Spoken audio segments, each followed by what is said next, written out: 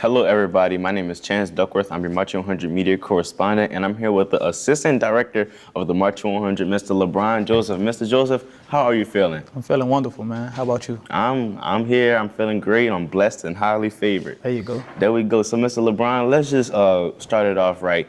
You started playing trombone at the ripe age of 8 years old. Yeah. How did music find you, and like what keeps you going? Music found me. I grew up in New Orleans. It's a city of music. I grew up in the second line group, and I used to second line on a Sunday.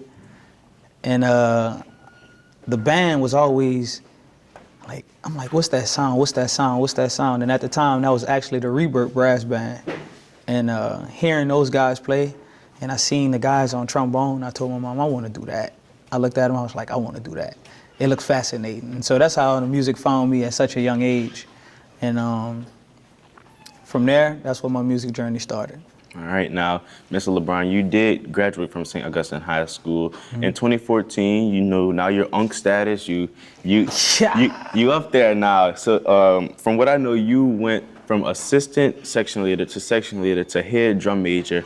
Can you tell me, like, how did that whole process go? And can you think back to that time when you were, first starting out? Did you ever think that you would be drum major? Yes. That was my mission from getting in the band. The drum majors were always like the top dogs in the band. They were the top leaders. They were the top musicians. And getting in the band, I knew I wanted to have the top spot. I was dedicated. I was always motivating myself to be a better player, to be a better leader. That was always the cool thing. Like you were cool if you were the best leader, you were the best musician, and that's what I strive to be. And that took me to be an assistant section leader, a section leader, and then my hard work and dedication turned out with me being the head drum major. Right, and I know oftentimes that grind isn't easy from, starting off as a little guy to, move up into the ranks to be head drum major. What did that grind kind of teach you that you use to instill in the students today? No matter what you focus your mind on, you can achieve it. All you have to do is lock in, put the work in, be dedicated, committed to it, and you'll prevail. All right, and beyond high school, you went to the Human Jukebox at Southern University and went on to perform even internationally at the Super Bowl, in a Super Bowl commercial with Nerds Candy. Can you just tell me what that journey taught you about where music can take you? Because most people think, after music, music can only take you so far, not, only in college, but to say you were in a Super Bowl commercial, most people don't even get that experience. What did you learn about how far music can take you? I realized that it could take me all over the world. Starting off here in New Orleans, you think, oh, I'm just performing at a party or a concert or something like that, but I've literally been in places that I never could possibly imagine if I wasn't a musician. And then it's not just about, like, most people go on vacation to these places, but I'm literally going to these places and I'm being paid to be there. I'm going to these places and it's like I'm having the time of my life. I'm performing. I'm doing something that I actually put my mind to, that I said I was going to do, and I'm able to carry out those dreams and turn that into a reality. So that's just a phenomenal feeling. Right, and you've done music all the way from the elementary level all the way up to the college level. You eventually went to the roots of music. You were there for 5 years as a teacher and an assistant band director. What did working in that capacity teach you about mentorship and giving back to your community? It taught me patience, because you're dealing with kids from the age of 9 to 14. So now, whereas I can talk to kids more on a young man's level, then I was able to have to tell someone over and over and over and over and over again until they actually got it. Whereas here at St. Augustine, the kids are more receptive to the information because they're older. You're teaching a kid who's 9 years old, he doesn't really know, barely knows how to tie his shoes, so it taught me patience. It was a great feeling to be able to give back to the community. I was actually a part of the first Roots of Music band that they ever had. in 2007. And so it was just a full circle moment for me to go back and be able to pour back into the community that once poured into me, you know? So that was a great feeling. Wow, and I can only imagine how great of a feeling that is. You know, being in the first class of the Roots of Music and now being, you know, an assistant band director, what did that moment feel like? It just showed me, like, you know, no matter what you put your mind to or what you put your time into, you can achieve it. You know, you can start off as the smallest person in the room, and one day you can own the building that the room is in.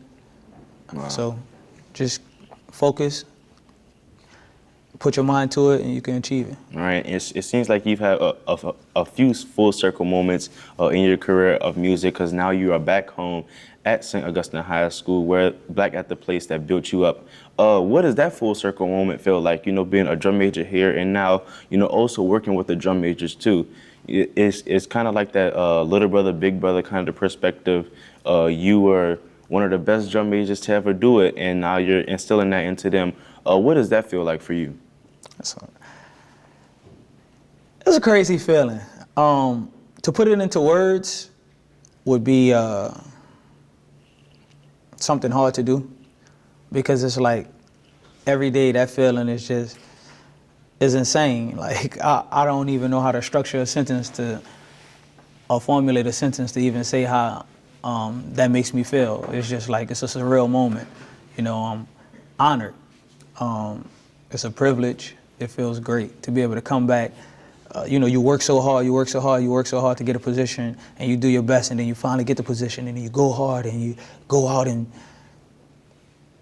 inspire others, and now they're what you used to be, but now you're back teaching them and coaching them to be their best self. It's just like, it's a great feeling. Right. Because I want them to actually be better than I was, and I felt like I was a great person.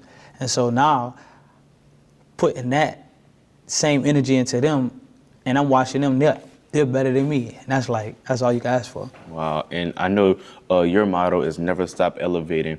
What do you say to that young man who, you know, maybe having trouble and striving to get better and, you know, just to never stop elevating? And can you tell them, what does that actually look like? I mean, no matter what you're facing, what you're going through, the goal is to continue to go higher and higher, no matter what. No matter what, no matter what. No matter who's with you, who gets off the elevator, who gets on the elevator, what phase of life you're going through, you're getting older in age, you're going up. Don't ever stop elevating. Don't ever stop elevating. Don't ever stop connecting with your people. Don't ever stop spreading love. Don't ever stop motivating the ones around you to be better. Hold each other accountable, you know. And that's just kind of what it looks like, you know, just to never stop elevating, believe in yourself, and go after your wildest dreams, because all can be captured. All right. And where did you get that whole term, never stop elevating, from? I see you have it tattooed on you. Yeah. How did that all come about? I was actually a senior in high school at St. Augustine, and I started a clothing brand called Elevating Brand. And people would buy merchandise from me and stuff like that. And then I went to Southern, but I wasn't able to like really produce merchandise because I was busy with the band. I was busy doing this, I was busy doing that. And people were like, would you stop the elevating stuff? Like, you stop motivating people? Because the brand stemmed from energy. It stemmed from how I approach people, the love that I spread, how I motivate people and stuff like that. And then people came and was like, would you stop the whole elevating thing? You stop the elevating movement? And I was like, I never stop elevating. I never stop motivating people. I never stop motivating myself. I never stop wishing that we were living better and actually achieving our goals. And that's how I came up with the motto to my brand, and never stop elevating. No matter what's going on in your life, continue to grind for whatever you want, and you'll get there, and never stop elevating. All right. Well, thank you so much for your time, Mr. Joseph. I have nothing much to say. It's just to never stop elevating. My name is Chance Duckworth. And I'm LeBron Joseph. And we're out. Yeah.